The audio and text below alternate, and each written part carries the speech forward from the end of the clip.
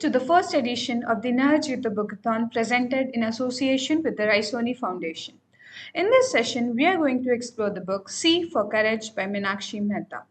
C for Courage is a poignant memoir chronicling Meenakshi Mehta's journey through life's trials, particularly her battle with cancer. This narrative not only captures her resilience and unwavering spirit but also explores her early struggles, the support of her loved ones, and her passion for painting and reading. Through her story, Meenakshi offers valuable insights on overcoming adversity and finding strength in personal growth, making this memoir a testament to the indomitable human spirit. Our speaker. About our speaker Meenakshi Mehta. Imagine being a young woman when cancer knocks on your door, threatening to steal your dreams. Meenakshi's story is one of the fierce battles and triumphant victories, but it's also about the tears shed, the laughter shared, and the quiet moments of reflection that define a life fully lived. Within these pages, you'll witness her transformation from a shy young girl to a warrior who discovered her inner strength when it mattered the most. Meenakshi's journey is a reminder that resilience isn't an abstract concept, it's a choice we make every day. Her words will reach deep into your heart, encouraging you to face your own challenges head on, armed with newfound courage. Prepared to be moved, inspired, and forever changed by this extraordinary story of resilience. A story that feels like a warm embrace from a dear friend who's been through it all and emerged with a full heart of hope to share. With an incredible 24 plus years of dedication to her craft, Meenakshi is not just a professional, she is a storyteller, a dream weaver, and a master of the fine details. Meenakshi's journey has been a labor of love across diverse landscapes, from wellness to channel marketing, experiential training, and education. Her heart beats to the rhythm of Markham Consulting, and she's been the creative genius behind awe inspiring marketing campaigns and unforgettable experiential events. But there's more to Meenakshi than her professional prowess. She's been a painter since the tender age of 8, and her passion for reading is as boundless as her creativity. She carries the colors of life on her palette and the wisdom of countless stories in her heart. Now, I would like to hand over the session to the speaker. Hi everyone, my name is Meenakshi and I'm the author of C for Courage. I'd like to show you what the book looks like. This is C for Courage and this book is very special. I'm going to take you on a journey on why I wrote this book and what is the real meaning behind scripting such a story and putting it out there. Let me give you a little background about myself. I'm stationed in Bangalore. I have worked in diverse fields. I have done storytelling, I have done content creative, I've been a theatre person, I've also been a school teacher. So there is a lot that my life experiences have added to me. And a part of this book will tell you a little bit about my early years and how I molded myself as a person. The real message behind this book is that I actually faced a health challenge in 2018. 2017 was a very busy year for me. I'm in the events industry. I was traveling for more than 100 days in 2017. International and national travels included between Delhi, France, Bombay, Bangalore, Goa. There was so much of climate change that I fell ill and a visit to the doctor, the ENT doctor, led me to visit the gynecologist. And in January of 2018, I discovered that I had stage 3 breast cancer.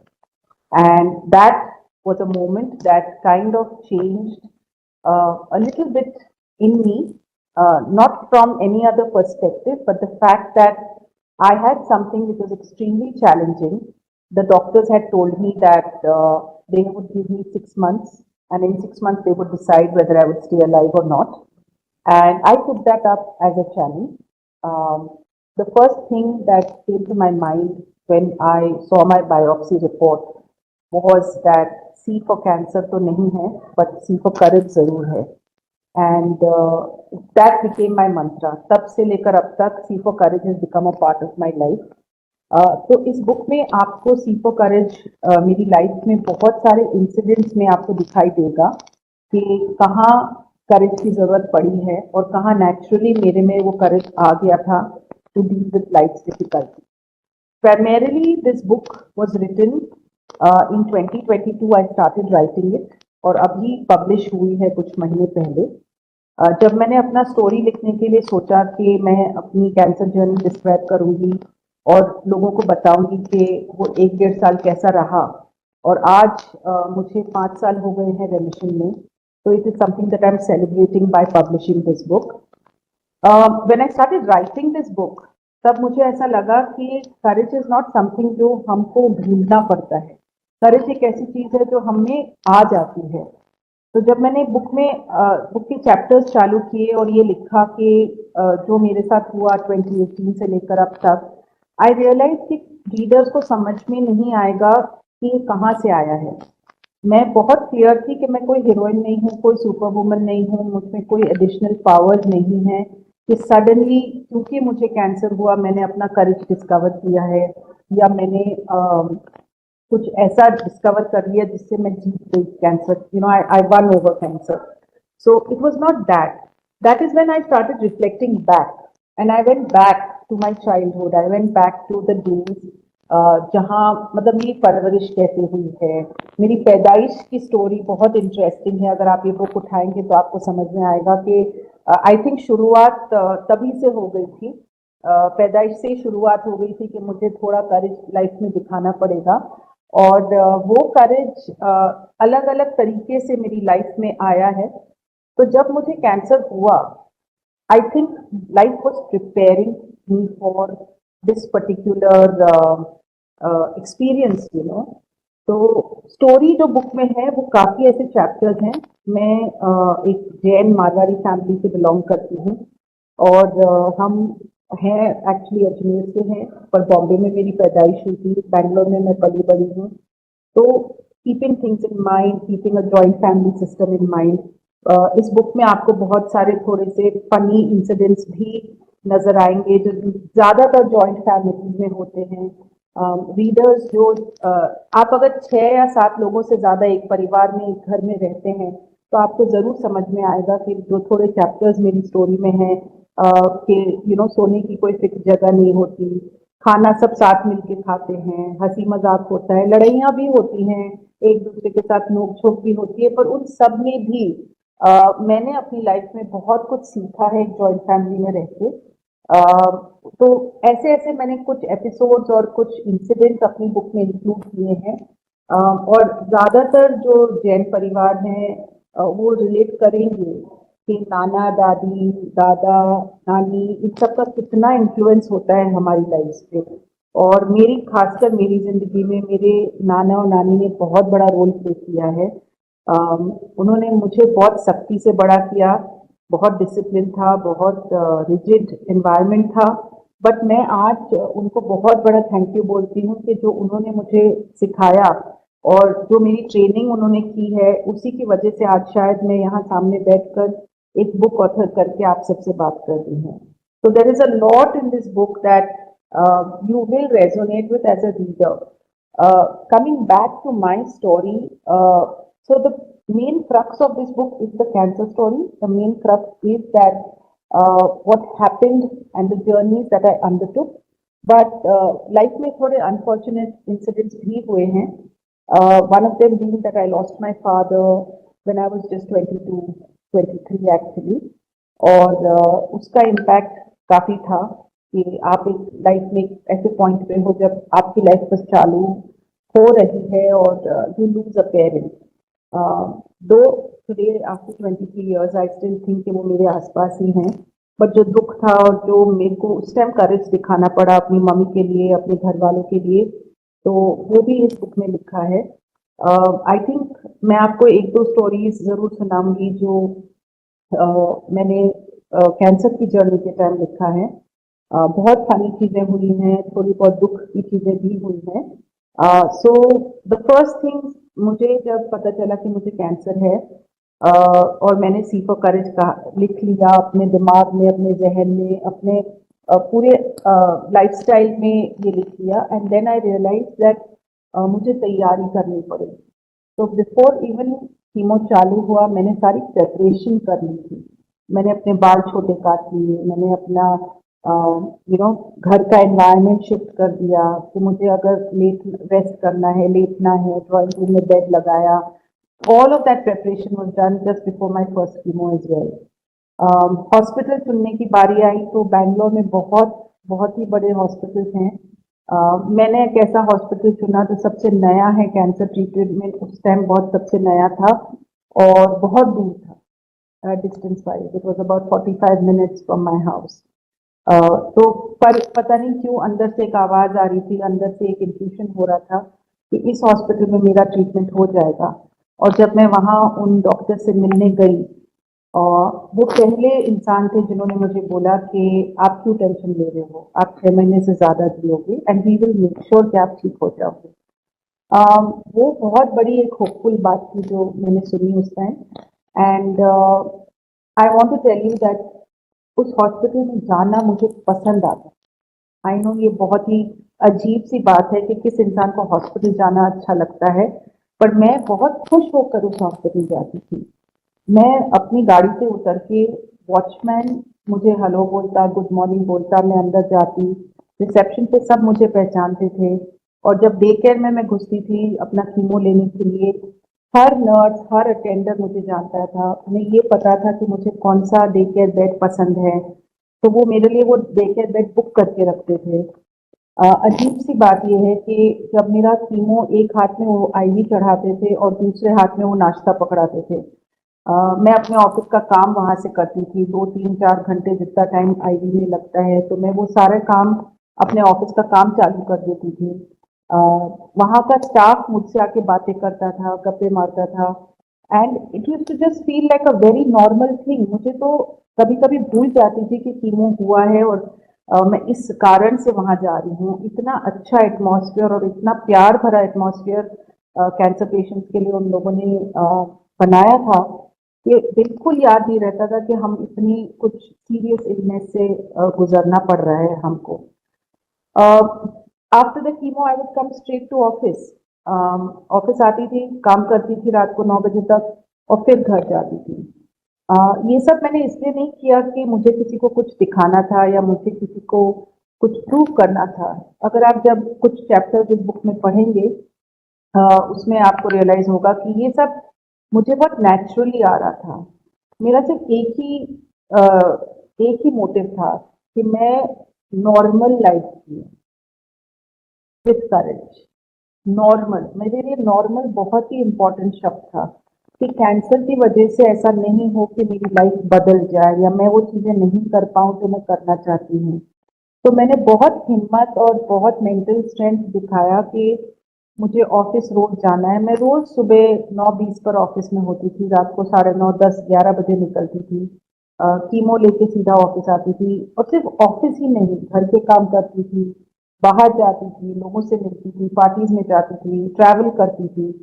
तो बहुत सी ऐसी चीजें थी जो मैंने अपनी life में एकदम नॉर्मल रखी।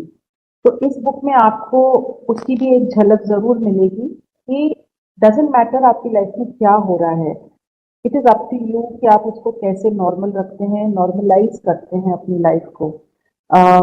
The second thing that happened was कि मैंने हर चीज एक्सेप्ट कर ली। मैंने लड़ा ही नहीं। सब लोग बोलते हैं कि कैंसर से फाइट करना पड़ता है। मैं उस टाइम ये कहती थी कि I am living with the cancer, मुझे फाइट नहीं करनी। मुझे जैनिज्म में बहुत अहिंसा बहुत बड़ी बात है, हिंसा तो हम मानते ही नहीं है। तो मेरे मन में बिल्कुल वो था कि मुझे हिंसक शब्द यूज ही नहीं करने हैं अपनी लाइफ में। जो होगा वो ऊपर वाले की इच्छा है और जहां तक मुझे पता है मुझे इसके साथ जीना है। जब तक ये है मेरे साथ है। मैं ना लड़ रही हूँ, मैं ना रोऊंगी, ना मैं दुख मनाऊंगी कि भगवान ने मेरे साथ ऐसा क्यों किया। ऑब्वियसली भगवान ने मेरे साथ सिर्फ इसलिए ऐसा क्यों किया है क्योंकि मुझ में ही शायद ताकत थी ये इससे बाहर निकलने की। इंग्लिश में एक सेइंग है, God gives mountains to those who can move it, and that is exactly what I thought, that probably this mountain has been given to me so that I can move it. So that was something which I lived by, and I still live by the same rule. So that is something you will see in the book. You will also see a lot of painful incidents. कुछ लोगों ने जिनको समझ में नहीं आ रहा था कि कितना सीरियस इलनेस है, मैं रोई भी दूसरों की वजह से काफ़ी हूँ। किसी ने कुछ बोल दिया, किसी ने मुझे अपने बाल लूज़ करने पे एक सार्कास्टिक कमेंट दे दिया या मेरे काम पर कुछ बोल दिया। तो ऐसे इंसिडेंट्स भी हैं, ऐसा नहीं है कि सब बहुत अच्छा है या बहुत ही रोज़ी होता था। कुछ लोग ऐसे भी थे, कुछ इंसिडेंट्स ऐसे भी थे जो मुझे बहुत हिला गए, तो वो भी इस बुक में है। So the main crux of this book is that I wanted to normalize cancer. Cancer बहुत ही डरावना शब्द है बहुत लोगों के लिए, और मेरा इस बुक को लिखने का मोटिव यही था कि आप इट्स नॉर्मल, मतलब मैं ये सोचती थी कि अगर मैं मर गई तो मेरे पास मुझे एटलीस्ट 6 महीने तो मिलेंगे ये सोचने के लिए कि मैं मरने वाली हूँ, और मैं वो सब कर सकती हूँ जो मैं शायद कर पाऊँ उन 6 महीनों में। और अगर मैं एक्सीडेंट में मर जाऊँ या मुझे कुछ सडनली हो जाए तो मुझे पता भी नहीं चलेगा। तो मैं अपने आप को ऐसे दिलाते भी देती थी कि it's okay, you know, let me normalise this for myself. Book लिखने का मेन रीज़न भी ये है कि बहुत से लोग जो डर जाते हैं इस शब्द से, मैं चाहती हूँ कि वो ये बुक पढ़ें और समझें कि स्पेशली आज, क्योंकि आज का ट्रीटमेंट बहुत इवॉल्व है। 5 साल में मैंने देखा है कि कितना ट्रीटमेंट चेंज हो गया है। तो उस वर्ड को मुझे नॉर्मलाइज करना था इस बुक से। सी फॉर करेज एक रेजिलियंस की जर्नी है, एक जर्नी है जहाँ पर सब अच्छा नहीं है। ऐसा नहीं है कि आपको हर चीज़ बहुत आप छोड़ सकते हो या आप ले सकते हो। It is basically a journey where आप नॉर्मल लाइफ जी रहे हो, आप हर अप एंड डाउन जिंदगी का जो है उससे गुजर रहे हो, and you trying to do the best that you can. So that was the intention to write this book. 2019 में मेरा ट्रीटमेंट खत्म हुआ और उसके बाद एक अलग ही जर्नी चालू हो गई। वो जर्नी थी सारे साइड इफेक्ट्स की।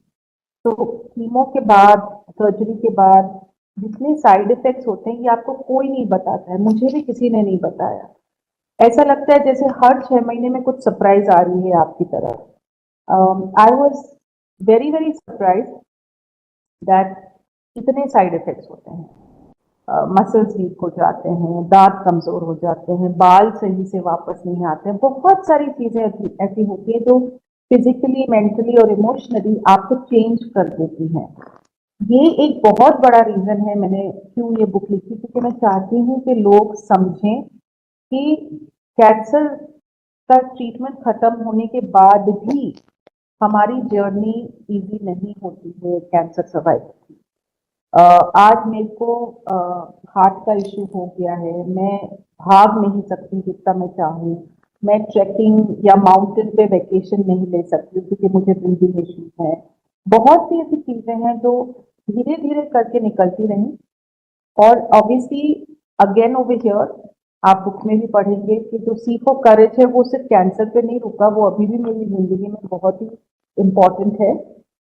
तो वो करेज दिखाना और हर सिचुएशन के साथ डील करना with a very positive attitude. मैं आपको ये बहुत कॉन्फिडेंट से कह सकती हूँ कि मैंने जो भी किया है वो बहुत ही पॉजिटिवली किया है, बहुत प्यार से खुश होकर किया है, चाहे कुछ भी हो जाए। इनफैक्ट मैं दवाइयाँ भी लेती हूँ तो उनको इतने रंगीन डब्बे में रखती हैं ताकि मुझे दवाई लेने में भी खुशी मिले, ऐसा ना लगे कि मैं क्यों इतनी दवाइयाँ ले रही हूँ। So there were things like this that you will see in the book. This was one of the biggest reasons for writing this book. That post cancer life is not the same, and post cancer what does one person need to think and do? क्या चीजें सोचनी है और कैसे आपको इस change से use to होना है या चेंज से आपको how do you get accept this change. So the book is also about that. Um, Pandemic changed my life again. As it is, I'm somebody who has had breast cancer and chest issues after that. और फिर जब pandemic आया और Covid का इतना issue था, इतना सारा मतलब प्रॉब्लम्स हो रहे थे लोगों को, it pushed my treatment back. मतलब मैं जितना मेरी हेल्थ में सुधार आ रहा था उतना मैं और पीछे चली गई वैक्सीनेशन और कोविड की वजह से। Again over there I took it as a sign कि ठीक है, यहाँ पर भी मुझे ही अपने बैटल से जीतना है। पैंडेमिक तो सबके लिए आया है, शायद मेरे लिए थोड़ा स्पेशल था कि मुझे ज़्यादा इम्पैक्ट कर गया, but still I am fighting that and I fought it to stay safe. I am very fortunate कि मुझे नहीं हुआ कोविड, बट फिर भी जो थोड़े बहुत साइड इफेक्ट्स मेरे ठीक हो रहे थे वो वैक्सीनेशन की वजह से थोड़े से और पीछे चले गए। तो 5 साल की ये जो जर्नी रही है आफ्टर कैंसर, इस बुक में उसके बारे में भी काफ़ी कुछ लिखा है। मैंने जो तरीका यूज़ किया है, it is a very simple narrative. अगर आप ये बुक पढ़ेंगे तो ये 165 पेजेस की बुक है विद पिक्चर्स। पिक्चर्स मैंने इसलिए डाली क्योंकि आप जब देखेंगे विजुअली, जब आप फोटोज देखेंगे तो आपको एक आइडिया हो जाएगा कि मैं कैसी हूँ या मेरी उस टाइम जर्नी कैसी थी। वेरी सिंपल स्माइलिंग फेसेस, मेरी फैमिली, मेरे फ्रेंड्स जो मेरे साथ थे। यहाँ पर I like to tell you that to cope with the cancer and the treatment, I had a happy people's group on WhatsApp. It was called Meena's happy people. इस group में मेरे friends, family, cousins, well wishers थे, 30-35 लोग थे, जो मुझे हमेशा good wishes भेजते थे। मैं कीमो में जाती थी, उससे पहले मैं उनको बताती थी कि मैं कीमो में जा रही हूँ और मुझे आपकी बेस्ट विशेस चाहिए। तो ये तरीका था मैं अपने आप को, जो हम बोलते हैं ना, एक गुड वाइब, एक पॉजिटिव एनर्जी के सर्कल में रखना। तो मैंने ये अपने आप अपने लिए वो किया और इट रियली हेल्प। तो पिक्चर, इस बुक में पिक्चर्स वो डिपिक्ट करती हैं। 165 पेजेस में आपको मेरे कुछ ब्लॉग के राइटअप भी दिखाई देंगे। The first thing that I did, जब मैं ठीक हो गई और ट्रीटमेंट खत्म हो गया, मैंने अपना एक ब्लॉग खोला, सी फॉर करेज, और उधर मैंने लिखना चालू किया कि मेरा साल कैसा था और मैंने क्या क्या ट्रीटमेंट और कैसे कैसे इंसिडेंट्स हुए हैं मेरे साथ। तो इस बुक में मैंने थोड़ा बहुत ब्लॉग से भी लिया है। स्टाइल इस बुक की बहुत सिंपल है, बहुत ही इजी रीड है। जिन्होंने आज तक बुक पढ़ी है, I think they cover about 7 to 8 chapters in 2 hours। तो it's a very easy read. अगर आप एवरेज रीडर हैं तो आप शायद एक दिन में ये बुक खत्म भी कर सकते हैं। जो लैंग्वेज मैंने रखी है वो बहुत सिंपल बोलचाल की लैंग्वेज है, इसीलिए क्योंकि मैं चाहती हूँ कि ये बुक बहुत लोग पढ़ें। अगर कॉम्प्लिकेटेड इंग्लिश में या मैं बहुत ही पेनमैनशिप करती तो शायद सिर्फ जो बुक्स पढ़ते हैं वो बुक्स ये उठा के पढ़ते, बट मैं चाहती हूँ कि नॉर्मल लोग जो पढ़ते भी नहीं हैं बट उन्हें थोड़ा बहुत एक नॉलेज चाहिए या उनको एक स्टोरी चाहिए जो एक कैंसर सर्वाइवल की स्टोरी है, तो वो मेरी बुक ले सकते हैं और उसको बहुत इजीली पढ़ सकते हैं। बुक में कहीं कहीं मैंने कविताएं भी लिखी हैं। कुछ अपने इमोशंस कविताओं में जाहिर किए हैं, क्योंकि वैसे इमोशंस वर्ड्स में लिखना थोड़ा कॉम्प्लिकेटेड हो जाता है या इमोशन आता नहीं है। उसमें एक बहुत अच्छी एक कविता मैंने लिखी है जो एनवी पर है, ईर्ष्या। और ये बहुत ही सच्चा इमोशन है, क्योंकि मैं बहुत करेज से अपनी लाइफ जी रही थी उस टाइम, पर मुझे बहुत ईर्ष्या होती थी। मुझे बहुत ईर्ष्या होती थी उन लड़कियों से या उन लेडीज से जिनके बाल लंबे थे। मुझे बहुत ईर्ष्या होती थी किसी से जो पानी पूरी खा सकता था। मुझे इतनी ईर्ष्या होती थी लोगों से जो आराम से अपने बेड पे जिस पोज में भी चाहे सो सकते थे, क्योंकि मैं नहीं कर सकती थी। मुझे बहुत ईर्ष्या होती थी लोगों से जो खुल के हंस हंस के इतनी बातें कर सकते थे और मैं इतनी ब्रेथलेस हो जाती थी। तो वो मैंने एक बहुत ही सच्चा इमोशन इस बुक में लिखा है, क्योंकि आई थिंक ईर्ष्या हम सब में होती है, हम सब करते हैं, it's natural, it's human emotion. तो मैं उस इमोशन से बचना नहीं चाहती थी और ना प्रिटेंड करना चाहती थी कि मुझे ईर्ष्या नहीं होती है। मुझे बहुत चीज़ों से ईर्ष्या है। हम गोवा गए थे और मैं पानी में नहीं जा पा रही थी क्योंकि मेरे हाथ में कैथेटर था।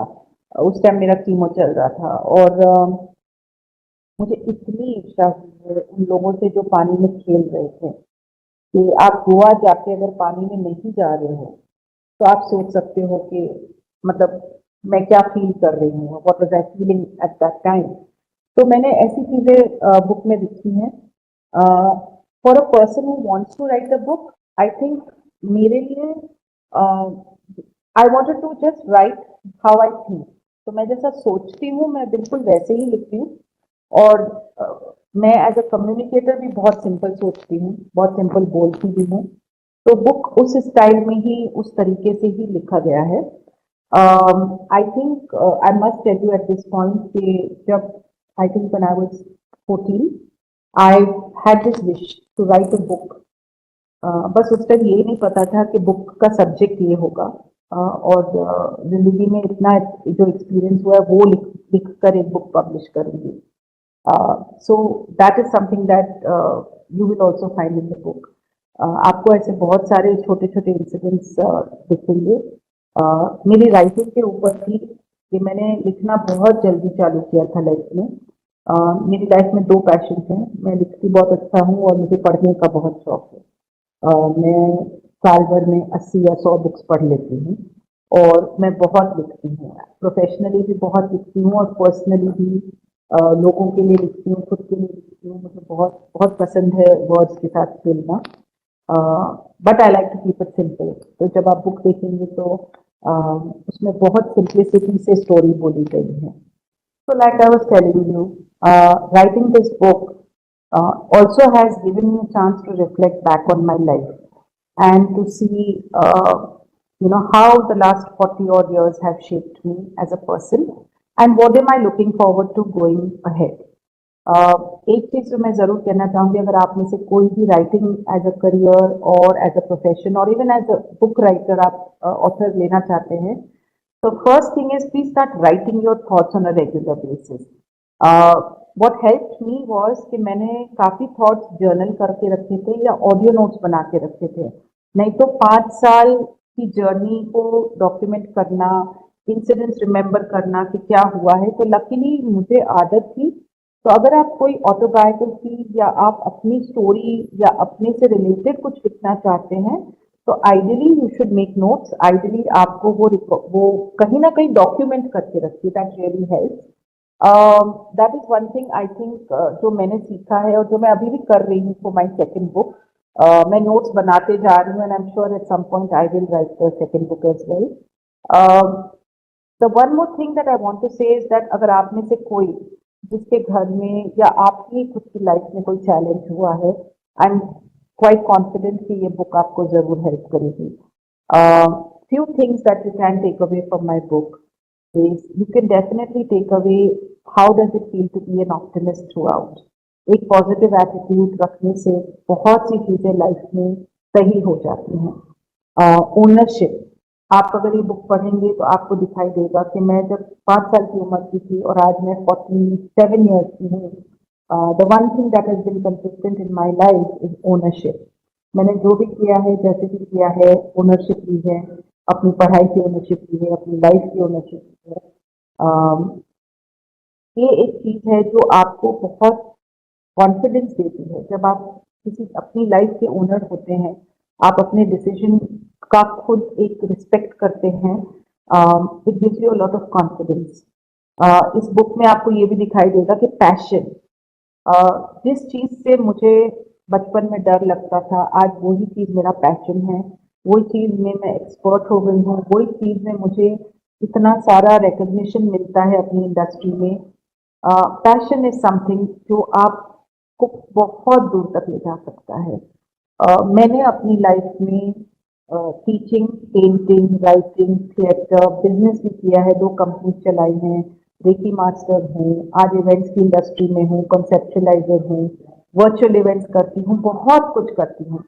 कुछ लोग सोचेंगे कि यार ये कोई कोरियोग्राफ नहीं होता कि आपने जो चाहा मन चाहा कर दिया।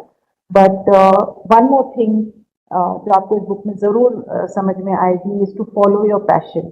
मैंने अपनी लाइफ के हर पॉइंट पे अपने पैशन को फॉलो किया है।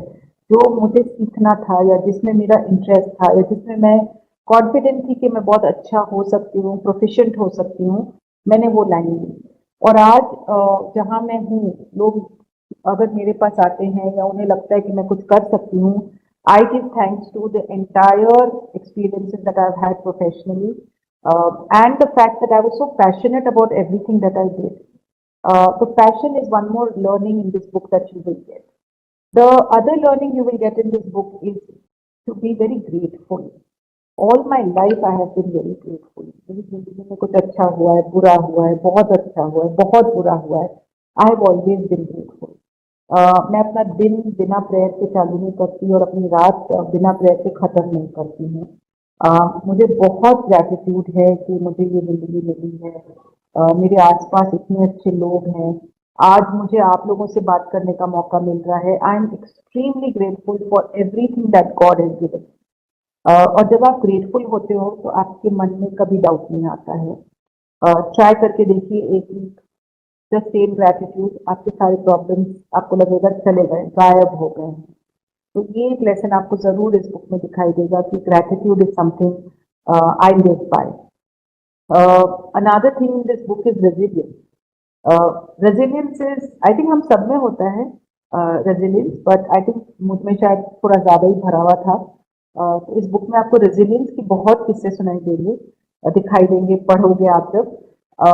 रेजिलियंस है एक, तो जैसे हम इवेंट इंडस्ट्री में हैं, तो मेरा रेजिलियंस ये है कि मैं 2 दिन बिना सोए अपने काम पे लगी रहती हूँ। 1 डेढ़ घंटा भी नींद नहीं मिलती, खाने को टाइम नहीं मिलता है। That is a form of resilience. जब डॉक्टर ने मुझे बोला कि स्टेज 3 कैंसर है, शायद आप जिंदा नहीं बचोगे, तो मैंने ठान ली थी। मतलब मैंने डॉक्टर को ये बोला था कि आई विल लिव, तुम कुछ भी बोलो, आई विल लिव। वो रेजिलियंस था, वो एक जिद थी, एक हिम्मत थी कि आप कुछ भी बोल दो, मैं जिंदा तो रहूं। मुझे बहुत कुछ करना है, मैं मर नहीं सकती अभी।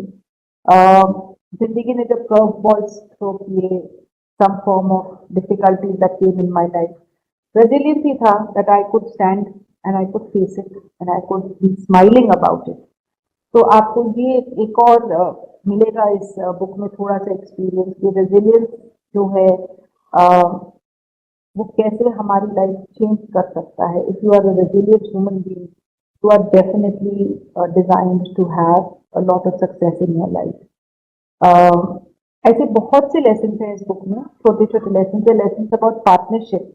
आई can not explain to you. अगर आप ये बुक पढ़ेंगे तो आपको समझ में आ जाएगा कि जो मेरे लाइफ पार्टनर हैं, आज हम 18 साल के साथ हैं, और उनका कंट्रीब्यूशन जो मेरी लाइफ में है, तो the support he has given me, the love he has given me, the encouragement he has given me is, I have not, matlab there is nothing, there is no word that can describe that.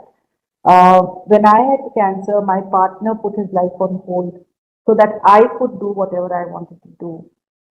He has been by my side for the last 5 years. अगर मैं अपने काम पे travel करती हूँ और मुझे ज़रूरत है उनकी, तो वो सब छोड़ के मेरे साथ ट्रैवल करते हैं। It is a beautiful love story and I can say that कि हमारे जो रिलेशनशिप है, हमारा जो प्यार है, वो बहुत स्पेशल है, बहुत सीक्रेट है।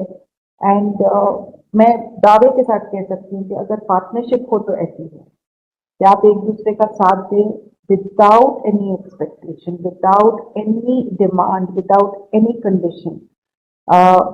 तो वो आपको इस बुक में बहुत दिखाई देगा कि मेरे पार्टनर ने जो मेरा सपोर्ट किया है, और ऐसा नहीं है कि ब्लाइंडली सपोर्ट किया है। जहाँ ज़रूरत थी वहाँ उन्होंने एडवाइस भी दी, जहाँ ज़रूरत थी उन्होंने मना भी किया कि मत करो, but it was all extremely unconditional. तो वो एक आपको ज़रूर इस बुक में दिखाई देगा। And I am very proud to call him my partner, name is Rahul. और ये जो हमारा जो पार्टनरशिप है, मैं इसको ये नहीं कहती हूँ कि मेरे हस्बैंड हैं या मेरे पति हैं। I always say is my partner, because इतना इक्वालिटी है हमारे रिश्ते में, इतना प्यार है, इतना रिस्पेक्ट है। तो ये आपको ज़रूर इस बुक में मिलेगा देखने को, पढ़ने को। दूसरा, I think the last thing is family. मैं कितना भी बोल दूँ कि मेरे में रेजिलियंस है, मेरे में करेज है, मैंने ये किया, मैंने वो किया, बट बिना फैमिली के सपोर्ट के, बिना फ्रेंड्स के सपोर्ट के, मेरी मदर इन लॉ, मेरी मदर, मेरे भाई, मेरी भाभियाँ, all of them, I think they just stood by me. अभी भी उनको पता है कि जब मुझे उनकी ज़रूरत है तो दे आते हैं। तो इस बुक में आपको फैमिली की स्टोरी भी पढ़ने को मिलेगा। कुछ अच्छे इंसिडेंट्स, कुछ झगड़े वाले इंसिडेंट्स, कुछ बहुत ही प्यारे इंसिडेंट्स जो फैमिली की इम्पोर्टेंस बताते हैं। और हम कितना भी बोल लें कि हम अपने में सक्षम we are satisfied, but man is a social being, and you cannot do without support of the people around you. I have a lot of gratitude for people who have stood by me, who have supported me, and who motivate me to do everything. आज भी मुझे लोग बोलते हैं कि आप इतना सब कर सकते हो. I feel very grateful कि उनको लगता है कि मैं इतना सब कर सकती हूँ. So those are some things you will definitely read in this book. For people who are wanting to be writers or authors, the one thing I will tell you is दिल से लिखिए. मैंने बहुत दिल से ये कहानी लिखी है, अपनी स्टोरी दुनिया के साथ शेयर की है. आसान नहीं होता है. बहुत से इंसिडेंट्स ऐसे हैं जो आप पढ़ेंगे तो आप जरूर सोचेंगे कि ऐसा क्यों हुआ, ऐसा ऐसा क्या किया था, कि मेरे साथ ऐसा होना था. बट मैंने बहुत हिम्मत करके ये स्टोरी शेयर की है, बिकॉज मैं चाहती हूँ कि लोग ये स्टोरी पढ़ें और वो नहीं करे जो जो मेरी गलतियां थी, और जो मैं हिम्मत से अपने लिए कर पाई, उससे कुछ सीख लें, उससे कुछ अगर उन्हें मोटिवेशन मिलता है, तो I have successfully achieved my objective of writing this book. C for courage is not three words. C for courage is a lifestyle for me. And आज जब मैं दूसरे कैंसर पेशेंट से या लोगों को मेंटर करती हूँ, उनको थोड़ा करेज का रास्ता दिखाती हूँ, तो मुझे ऐसा ही लगता है कि शायद this is my calling, that I have to be here for people who need to see that little light of courage in them. Uh, Again, there is a saying that courage is not a loud roar. It is a silent voice that speaks to you when the whole world shuts you down. तो जब पूरी दुनिया आपको shut down कर देती है, तो वो धीमी सी अंदर से जो आवाज आती है कि आप कर सकते हो, आप कुछ बन सकते हो, आपका सब अच्छा होगा, दैट इज करेज. तो मेरे लिए करेज ये नहीं है कि मैं बिल्डिंग की छत पे खड़े होकर जोर जोर से चिल्लाऊं कि मैं कैंसर सर्वाइवर हूँ और मैं ये हूँ और मैंने अवार्ड जीते हैं.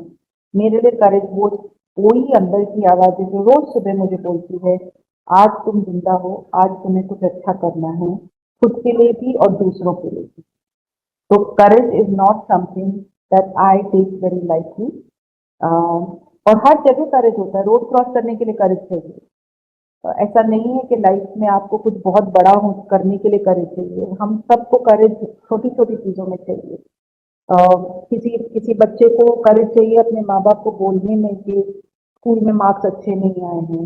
किसी हस्बैंड को करेज चाहिए वाइफ से परमिशन लेने के लिए कि मुझे आज ऑफिस में लेट होगा. किसी वाइफ को परमिशन चाहिए अपने इन लॉज से कि भाई मुझे बाहर जाना है. बहुत सी ऐसी सिचुएशन है जहाँ हमको अपने अंदर की आवाज को सुनकर थोड़ा सा हिम्मत दिखाना पड़ता है. Then of course there are the difficult challenges of life, चाहे वो पैसा हो, करियर हो, लाइफ पार्टनर्स हो, बच्चे हो.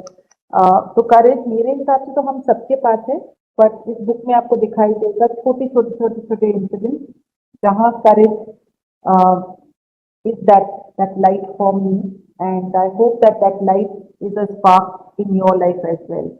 तो अगर आप लिखना चाहते हैं, start writing today, start thinking and documenting your thoughts. It will happen.